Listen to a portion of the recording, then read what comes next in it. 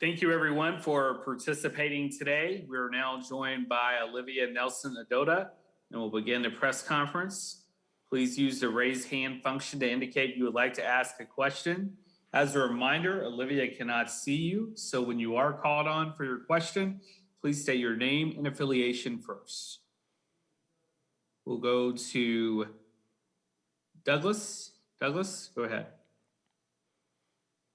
Hey, Olivia, Doug Bonjour with Hearst Connecticut Media. How you doing? Good. I just wanted to ask you, obviously, Aaliyah offered, kind of had a different look in the starting lineup today. What makes this lineup so versatile and kind of just say, whoever you put in, it seems like you get results. And tonight, Aaliyah obviously gave you a spark early and often. Yeah, I think Aaliyah adds another level of depth for us, especially with her size and strength. And I think that was pretty evident tonight. You could see her battling with the other team's posts and just making her moves and getting open and just really playing her game. So, yeah. Alexa. Hi, Olivia. This is Alexa Philpy from the Hartford Courant. How would you describe the way you guys changed things up between the first and the second half? It looked like maybe the zone, especially on offense, was giving you some difficulty, but then by the time the third quarter came around, you guys had figured it out. And then also on the defensive end, what you thought you guys did well in the second half as well. I think we just did a better job at communicating, and especially after halftime, coming out with a better defensive mindset, just attacking, being aggressive more, and really just sticking with, the game plan. So I think we did a good job of that tonight. John. Hey, Olivia, John Phantom from the Big East Digital Network. Congratulations. In this game, in the second half, you're on the receiving end of two of those Becker's dishes. You've obviously linked up a ton this season, but can you explain when you're going up against a Syracuse zone or when you're going up against different defenses, just what it's like to be on the receiving end of those Paige dishes? Yeah, I mean, Paige has incredible court vision, so she's able to get those passes there. First of all, see them, and then second of all, get them there. It would, timely and just when it's wide open. So I give her a lot of credit, especially finding the open person. And so I think we did a really good job of that tonight. Just kind of everybody was finding the next open person, and it really seemed to work for us. Vicky. Hey, Liv. It's Vicky Fulkerson from the New London Day in Connecticut. Did it take you guys a few minutes to settle in against their center? See like how she catches the ball, how she was going to rebound, like how you could defend her well, and second, are you proud of the toughness that you guys showed tonight against them? I mean, Paige got smacked in the face. Like you guys seemed like you were pretty tough tonight. Definitely, I'm very proud of my team and the way we handled it, the game tonight. I think we showed a lot of toughness, and I think, at the beginning of the game, kind of just adjusting to, their offense and then how their players are playing, but also just sticking to the game plan and basically just going off of that and what the coaching staff was teaching us. Next question, we'll go to Carl. Carl Adamek from the Journal-Inquirer, Liv. Two questions very quickly. Tonight you recorded your 200th career block, 9th UConn player to do that. As someone who takes pride in her defense, what does that mean to you? And the other question is 27 straight Sweet 16 appearances for the program. I know you've only been part of 2, but talk about the work on the work ethic that goes in day after day for that allows the program to do what they do. I think with the Sweet 16 tournament appearances, it really speaks volume to this program and how much work the past teams have even put in just to get to that point consistently. So that's incredible. Going off of what you just told me with the blocks, I definitely take pride in my defense, and so that's just something I try to continue to improve on every day when we're in practice. Sunil? Yes, thanks. Sunil Sundaraj from Global Women's Sports Radio. Congrats, Olivia, on the win. Just wanted to ask you a balanced scoring effort. Of course, Paige with 20, Aaliyah with 19. You had 15 points in that second half, and Kristen with 11. And just bouncing on that, 9 assists off, I think, on 13 field goals made. Just what changed in that second half, especially with you, scoring 15 points, Olivia?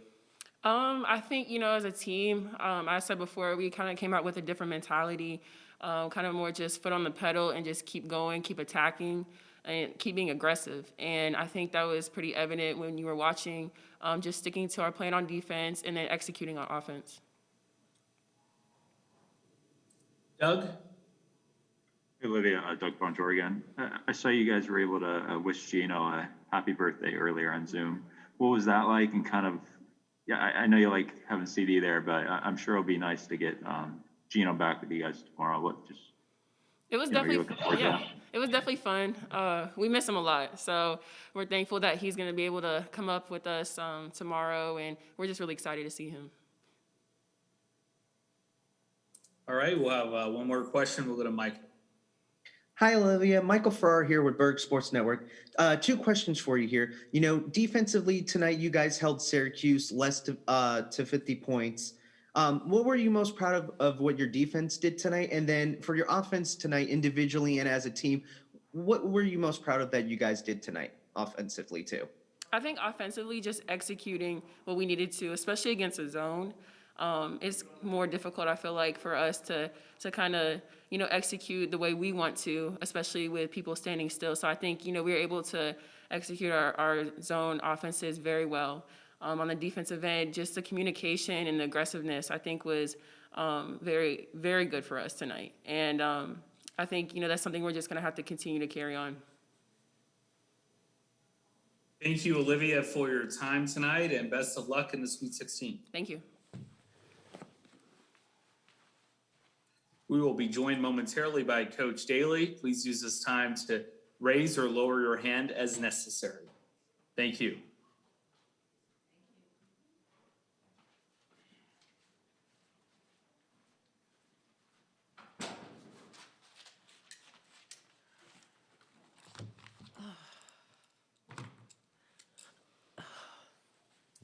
All right, we have Coach Chris Dailey here with us.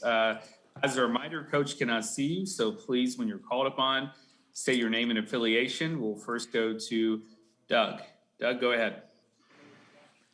Hey, Coach Doug Feinberg, the Associated Press. It's good to see you. Hi, Doug. No, you see me. Just talk about, you guys got off to a little bit of a slow start, I think, against their zone, but then things seemed to open up. Just what was the difference after the first few minutes as far as you guys on offense seemed to be clicking a little bit more? Well, I thought we had better ball movement and people movement. I thought the first couple minutes we were a little rushed and we weren't getting enough movement. Against their zone, you really have to move and make it difficult for them to find us. And I thought the first few possessions, we were just standing around. Once we got movement, ball movement, people movement, we started to click, and then our defense was just tremendous. I can't even say enough about our defense. Our next question is from Charlotte. Hey, Chris, this is Charlotte Kale from The Athletic. Liv mentioned just how good the communication was on defense. How have you seen that grown since the beginning of the season, especially with such a young group? It has definitely grown. I think one of the first games we had at Gamble, it was dead silence, and when with no crowd, it's very easy to tell when there's communication. But today it was different. I think that started with E. I thought her voice, I could hear it the entire time, and a lot of communication within the group. We just covered up everything. I thought they found it very difficult to get the shots that they wanted, and we did a really good job on the backboard. It was physical, and we handled the physical play, and then we were able to get out in transition. Alexa. Hi, Chris. This is Alexa. Hi, Alexa. Hello. You guys seemed like just really had to grind things out in the first half, and then finally things kind of, the floodgates came open in the third. How valuable is that experience, especially just given everything that this team has been through, being down the two coaches, losing Nika for today, just to know that, especially for the young kids, if they can grind it out at a tournament game like this, then the results are going to be very valuable. Yeah, I think you go in expecting to have to grind it out, and there's no rule that says Connecticut has to be up 40 at halftime. I think that's just part, there are only good teams left, and so you have to expect that other teams are going to play well, and you're going to miss shots, and you're going to have to make plays and stay together. And I thought we've been learning that, and we've done it, and today was another example of it. Daniel? Hi, CD. This is Daniel Connolly from the UConn blog. First, do you have an update on what Nika's timeline to come back would be since she didn't play tonight? And then secondly, what does Nika bring to the team that you're missing when she's not on the floor tonight? Well, first off, I do not have an update on when we're expecting her. I was hopeful, and I think I said it on the other call, if there was any way she could play, she would have suited up, and she wasn't able to. I'm hoping with the, day off tomorrow and then getting ready that I'm hopeful that she'll play on Saturday, but that's not an official statement from our athletic trainer or from Nika. I'm just, I'm just hopeful. So, but certainly, today I was concerned because it's another guard in the lineup and, another ball handler, another player that can knock in a three, and just her energy, I think it was what I was concerned about not having coming into the game, but everyone stepped up. And, it's funny, no one had to be superhuman. Everyone just had to do what they did and did it well and do it well. And I thought every person that came in, we got good minutes from Aubrey, got good minutes from Anna. I just thought that, we had people step up and do their role and play their part and do their job, and that's, that's nice to see. Carl Adamek from the Journal-Inquirer, Chris. This is 27 straight Sweet 16s for UConn. You've done it with a lot of players in different styles, but what does it say about the consistency of what you, Geno, the coaches bring to the program and, bring to this that allows you to be this successful? It's funny, I can still remember the very first one that we went to with them, and the husky dog was carrying a suitcase and saying we're going dancing. And I think it says everything about, the consistency says everything about our players and the type of players we have and the type of players that we have in our program, because you have to embrace being at UConn. You have to embrace having a target on your back. You have to embrace working hard and having it not always be easy. And I think, when I think back just even with our win streaks and all of those things, that's a credit to our players because they don't take days off. They understand that every possession is important, every practice is important. And I just think it's a credit to the players that we have had in our program and the players that we have in our program. And that's the great thing about Connecticut. It wasn't just this year's team playing tonight. It was all of the former players with us too. I can tell you that through texts and messages that I received, and you could feel that. And that's a power and a strength that, our program has. Matthew.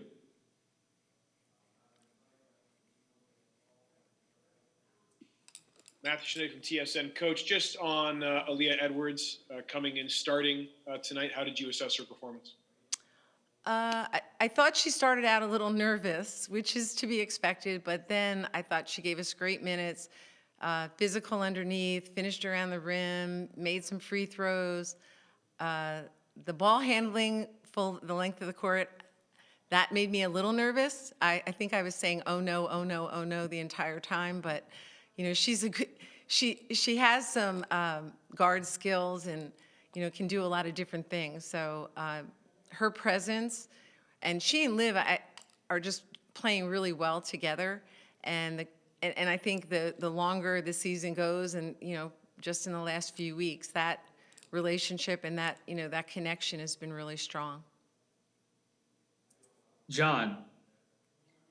Hi, Chris. John Fanta from the Big East Digital Network and Fox Sports. Congrats on the win. Thank you. You talk about, the former players and just the collectivity of this program. For this specific group, Chris, now with everything that's gone on this season and just the weird circumstance and the strangeness of it, what is it about their composure and this group's personality that has allowed them to handle anything and everything and now heading into the Sweet 16? Well, I think some of the credit has to go to our juniors. I say our older guys, and they're only juniors. And when you think about the fact that Olivia and Kristen have only played in one NCAA tournament as a UConn player, and this was her first experience as a UConn player, they've had to set the tone without having a lot of experience on their own. I think there's a trust among the team, and there's a trust between the team and the coaching staff that is at a different place now than it was back in October. And I think that growth and that trust has allowed them to be more consistent, has allowed them to have a sense of calmness about them. And certainly, our guards, when they play with that, whether it's Paige or Kristen, that helps set the tone for everybody else. Now we'll go to Doug. Hey, Chris, Doug Bonjour, Hearst Connected Media. Hi, Just Doug. wondering if you had any conversation with Geno today, if you're able to wish him a happy birthday, and I'm assuming he's eager to come back. Yes, he is. Yes, wished him happy birthday. The kids sang happy birthday to him, so they were happy about that. This was a tough game. This was a tough game because I didn't want to be in a position where I cost our players an opportunity to keep playing, and he was really actually calming. When I was talking to him, it starts in text and then phone calls and that. So. I think we were both anxious, and I know everybody's going to be really happy to have him here tomorrow. I say that now, but maybe he gets here at noon, I think. By 5, I might regret saying that, but for right now, I'm looking forward to having him here. All right, we have time for one more question, so we'll go to Mike. Hi, Coach. Michael Farrar here with Burger Sports Network. I asked this to Olivia earlier. You guys held Syracuse less than 50 points. What were you so proud about your defense tonight, and as well as your offense? And then my second question for you, how excited are you for your Sweet 16 matchup? Okay, so our defense, I just thought the communication was so good, and the movement, and we just made it really difficult on Syracuse to get the shots and the really good looks. I mean, it's impossible to keep Cardoza from getting a lot of easy looks, but I felt like we made her work at it, and we made the other players have to make some decisions about whether they were going to shoot, and we mixed it up. I mean, we've not played that much zone. I don't know the last game that we played that much zone, so I think that that helped us a lot. We tried to mix it up and keep them a little off balance, and because we did such a great job on the backboard, we were able to get out in transition, and that once we got into transition, that turned the game around and increased our lead. But I thought even in the half court, we handled their zone once we settled down and we got some movement, and I think that allowed us to put points on the board. The second question, what was it? Oh, how excited am I? All right, very excited. This might be, this team, and I know Geno has talked about it, their celebration from, the Big East tournament, but their excitement. There wasn't a celebration as much today as an excitement, that they're excited to be able to play in the Sweet 16. They're excited to have their coach back. And they're just happy. They're a fun group, and they're just looking forward to getting a chance to play again. Coach, thank you for your time tonight, and best of luck next round. Thank you. That's for this post-game news conference. A recording of this press conference will be posted in the NCAA Digital Media Hub at www.ncaa.veritone.com. Thank you for joining us.